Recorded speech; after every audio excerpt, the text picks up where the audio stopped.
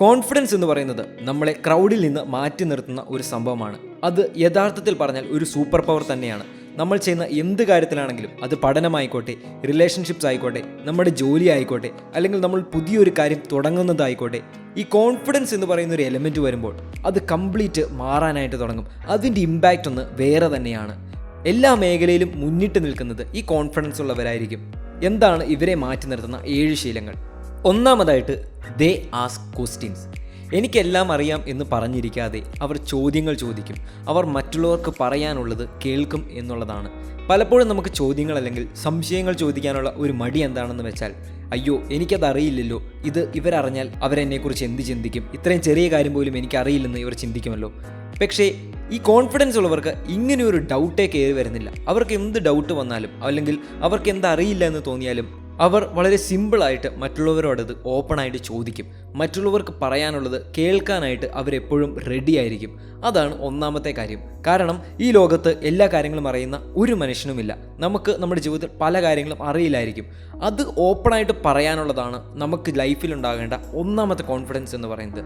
ഇനി രണ്ടാമത്തെ കാര്യമാണ്, they will be the first to introduce. അതായത് ഒരു പുതിയ സ്ഥലത്ത് നമ്മൾ ചെന്നു, അല്ലെങ്കിൽ ഒരു പുതിയ ക്രൗഡിലേക്ക്, ഒരു കമ്മ്യൂണിറ്റിയിലേക്കോ നമ്മൾ ചെന്നു, ഒരു പുതിയ സ്കൂളിൽ ചേർന്നു, ഇവരായിരിക്കും ആദ്യം അവരെ തന്നെ ഇൻട്രൊഡ്യൂസ് ചെയ്യുന്നത്.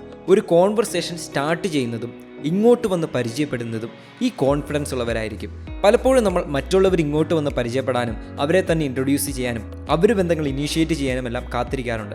പക്ഷേ യഥാർത്ഥത്തിൽ കോൺഫിഡൻസ് ഉള്ളവർ അവരെ തന്നെ മറ്റുള്ളവരുടെ മുമ്പിൽ പ്രസൻറ്റ് ചെയ്യുന്നതിന് അല്ലെങ്കിൽ ഇൻട്രൊഡ്യൂസ് ചെയ്യുന്നതിന് യാതൊരു വിധത്തിലുള്ള മടിയും വിചാരിച്ചിരിക്കില്ല. അവരായിരിക്കും ആ ഫസ്റ്റ് സ്റ്റെപ്പ് എടുക്കുന്നത്.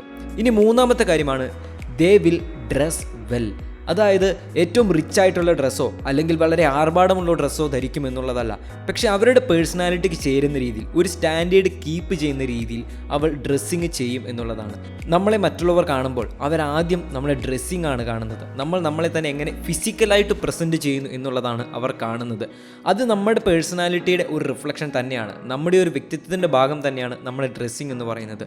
അതുകൊണ്ട് തന്നെയാണ് നമുക്ക് കോൺഫിഡൻസ് തരുന്ന രീതിയിൽ, അല്ലെങ്കിൽ നമുക്ക് കോൺഫിഡൻസ് തോന്നുന്ന രീതിയിൽ, മറ്റുള്ളവരുടെ മുമ്പിൽ നമുക്ക് ഒരു ഫ്രീഡത്തോടെ നമ്മളെ തന്നെ പ്രസൻറ്റ് ചെയ്യാൻ പറ്റുന്ന രീതിയിൽ നമ്മൾ ഡ്രസ്സ് ചെയ്യുക എന്ന് പറയുന്നത് വളരെ ഇമ്പോർട്ടൻ്റ് ആയിട്ട് നിൽക്കുന്നത്. അത് നമ്മുടെ വ്യക്തിത്വത്തിൻ്റെ ഒരു ഭാഗം തന്നെയാണ്. ഇനി നാലാമത്തെ കാര്യമാണ്, they will take care of their body. അതായത് അവരുടെ ശരീരത്തെ അവർ നന്നായിട്ട് നോക്കും എന്നുള്ളതാണ്. അത് ക്ലെൻലിനെസ്സിൻ്റെ കാര്യത്തിലാണെങ്കിലും അല്ലെങ്കിൽ ബോഡി ഇൻ ഷേപ്പായിട്ട് കീപ്പ് ചെയ്യുന്ന കാര്യത്തിലാണെങ്കിലും. കാരണം നമുക്കറിയാം നമ്മുടെ മൈൻഡും ബോഡിയും ഒത്തിരി റിലേറ്റഡ് ആണ്. നമ്മുടെ മൈൻഡിൻ്റെയും ബോഡിയുടെയും സ്ട്രെങ്തും കോൺഫിഡൻസ് ലെവലും ഒരുപോലെ റിലേറ്റഡ് ആണ് എന്നുള്ളതാണ്. അതൊരു ഗീവ് ആൻഡ് ടേക്ക് പോലെയാണ് വർക്ക് ചെയ്യുന്നത്. നമ്മുടെ ബോഡിക്ക് നല്ല സ്ട്രെങ്ത് ഉണ്ട്, നമ്മുടെ ബോഡി ഫിറ്റാണ് എന്നുണ്ടെങ്കിൽ ആ ഒരു കോൺഫിഡൻസ് ഓട്ടോമാറ്റിക്കലി നമ്മുടെ മൈൻഡിലേക്കും വരാനായിട്ട് തുടങ്ങും. നമ്മുടെ മൈൻഡിന് ആ ഒരു കോൺഫിഡൻസ് ഉണ്ടെങ്കിൽ നമ്മൾ ഓട്ടോമാറ്റിക്കലി നമ്മുടെ ബോഡി ഫിറ്റാക്കി നിർത്താനും നമ്മുടെ ബോഡി എനർജറ്റിക് ആയിട്ട് നിർത്താനും തുടങ്ങും. ഈ ഒരു എനർജി എന്ന് പറയുന്നത് നമ്മൾ മറ്റുള്ളവരോട് ഇടപെടുമ്പോഴും നമ്മൾ സംസാരിക്കുമ്പോഴും എല്ലാം റിഫ്ലക്റ്റ് ചെയ്യപ്പെടുന്ന ഒരു എനർജിയാണ്. അതുകൊണ്ടാണ് ടേക്കിംഗ് കെയർ ഓഫ് ബോഡി എന്ന് പറയുന്നത് കോൺഫിഡൻസിൻ്റെ ഒരു പ്രധാനപ്പെട്ട പാർട്ടായിട്ട് വരുന്നത്. പല സ്റ്റഡീസിലും എക്സസൈസ് എന്ന് പറയുന്നത് സെൽഫ് എസ്റ്റീം ബൂസ്റ്റ് ചെയ്യുന്ന ഒരു കാര്യമായിട്ട് പോലും കണ്ടെത്തിയിട്ടുണ്ട്. ഇനി അഞ്ചാമത്തെ കാര്യമാണ്, ദേ റെസ്പെക്റ്റ് അതേഴ്സ്. പലപ്പോഴും എല്ലാവരും എന്നെ ശ്രദ്ധിക്കണം, എല്ലാവരും എന്നിലേക്ക് തന്നെ നോക്കണം എന്നെല്ലാം നമുക്ക് പലപ്പോഴും ചിന്തകൾ കയറി വരാറുണ്ട്. പക്ഷേ ശരിക്കും കോൺഫിഡൻസ് ഉള്ളവർ മറ്റുള്ളവരെ റെസ്പെക്റ്റ് ചെയ്യും, മറ്റുള്ളവർക്കും സ്പേസ് കൊടുക്കും എന്നുള്ളതാണ്. അതായത് ഒരു സർക്കിളിൽ ഒരാൾ മാത്രം മാറി നിൽക്കുന്നില്ല, ഒരാൾക്ക് ഒറ്റപ്പെട്ടു പോകുന്നതായിട്ട് തോന്നുന്നില്ല എന്ന് ഈ കൂട്ടർ ഉറപ്പാക്കും. ഇവിടെ ജഡ്ജ്മെൻറ്റ്സ് ഇല്ല. ശരിക്കും കോൺഫിഡൻസ് ഉള്ളവർ മറ്റൊരാളെ ജഡ്ജ് ചെയ്യാനായിട്ട് പോകില്ല. കാരണം ജഡ്ജ് ചെയ്യുമ്പോൾ നമ്മൾ പലപ്പോഴും ശ്രമിക്കുന്നത് മറ്റൊരാളെ ചെറുതാക്കി നമ്മളെ തന്നെ വലുതാക്കുന്ന ഒരു ഫീലിംഗ് കിട്ടാനാണ്. പക്ഷേ കോൺഫിഡൻസ് ഉള്ള ഒരാൾക്ക് ഇങ്ങനെ ചെയ്യേണ്ട ആവശ്യമില്ല. കാരണം അവർക്കറിയാം എല്ലാവരും വ്യത്യസ്തരാണ്, അയാൾക്ക് അയാളുടേതായ ഗുണങ്ങളുണ്ട്, എനിക്ക് എൻ്റേതായ ഗുണങ്ങളുണ്ട്. ആ ഡിഫറൻസിനെയാണ് ഇവർ റെസ്പെക്റ്റ് ചെയ്യുന്നത്. ഇനി ആറാമത്തെ കാര്യമാണ്, ദേ ഡോണ്ട് ഫിയർ ഫെയിലിയർ. ഈ കൂട്ടർക്കറിയാം ഒരു പുതിയ കാര്യം നമ്മൾ ട്രൈ ചെയ്യുമ്പോൾ നമുക്ക് തോൽക്കാനുള്ള അല്ലെങ്കിൽ ഫെയിലിയർ വരാനുള്ള സാധ്യത അവിടെ ഓട്ടോമാറ്റിക്കലി ഉണ്ട്. പക്ഷേ ആ ഫെയിലിയർ വരും എന്ന് പേടിച്ച് നമ്മൾ അതിലേക്ക് ഇറങ്ങാതിരുന്നാൽ നമ്മുടെ ജീവിതത്തിൽ ഒന്നും സംഭവിക്കില്ല. അതുകൊണ്ട് അവർ അതിനെക്കുറിച്ച് വിഷമിക്കാതെ പുതിയ കാര്യങ്ങൾ ട്രൈ ഔട്ട് ചെയ്യും. മിസ്റ്റേക്സ് വരുമ്പോൾ അതെൻ്റെ റെസ്പോൺസിബിലിറ്റിയാണെന്ന് പറഞ്ഞ് ഏറ്റെടുക്കും, വീണ്ടും ട്രൈ ചെയ്യാനായിട്ട് റെഡിയാകും. ഈ ഫെയിലിയർ എന്ന് പറയുന്നത് പാർട്ട് ഓഫ് ദി പ്രോസസ്സാണ് എന്ന് മനസ്സിലാക്കുക എന്നുള്ളതാണ്. Confidence is confidence to fail.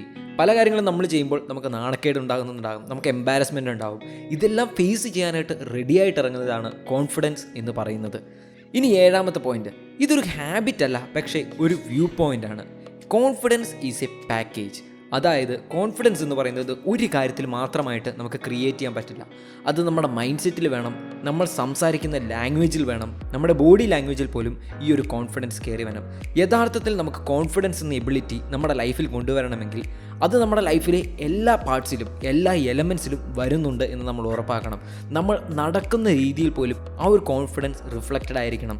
നമ്മൾ സംസാരിക്കുമ്പോൾ മറ്റുള്ളവർക്ക് ആ ഒരു കോൺഫിഡൻസ് ഫീൽ ചെയ്യണം.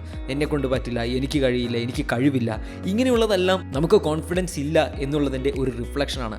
നമ്മൾ പറയുന്ന ചെറിയ വാക്കുകളിൽ പോലും യെസ് എന്ന് പറയുന്നതിൽ പോലും ആ ഒരു കോൺഫിഡൻസ് ഡിഫറൻസ് ഉണ്ട് എന്ന് നമ്മൾ മനസ്സിലാക്കണം. അതുപോലെ തന്നെയാണ് മൈൻഡ് സെറ്റും. നമ്മൾ എങ്ങനെയാണ് പ്രോബ്ലംസിനെ കാണുന്നത്, അവസരങ്ങളെ കാണുന്നത്, ഇവിടെ ഇമോഷൻസ് ഒത്തിരി ഇട്ട് ഒരുപാട് പേടിച്ചാണോ നമ്മൾ ഒരു കാര്യത്തെ അപ്രോച്ച് ചെയ്യുന്നത്, ഇതെല്ലാം നമ്മളൊന്ന് നമ്മളിലേക്ക് തന്നെ നോക്കി മനസ്സിലാക്കി എടുക്കുക എന്നുള്ളതാണ്. കാരണം കോൺഫിഡൻസ് എന്ന് പറയുന്നത് നമ്മുടെ ലൈഫിലെ എല്ലാ എലമെൻസിനെയും ടച്ച് ചെയ്യുന്ന ഒരു പവറാണ്. സോ ഈ ഹാബിറ്റ്സ് നമ്മുടെ ലൈഫിൽ കൾട്ടിവേറ്റ് ചെയ്യാനായിട്ട്, ഗ്രോ ചെയ്യാനായിട്ട് നമ്മൾ ശ്രമിക്കുക എന്നുള്ളതാണ്. കാരണം confidence is the biggest super power that we can gain. Confidence ഉണ്ടെങ്കിൽ അത് നമ്മൾ ചെയ്യുന്ന എല്ലാ കാര്യത്തിലും റിഫ്ലക്റ്റഡ് ആയിരിക്കും. മിഷേൽ ഒബാമ പറയുന്നുണ്ട്, your success will be determined by your own confidence and fortitude. Stay strong, stay inspired. Inspiring free.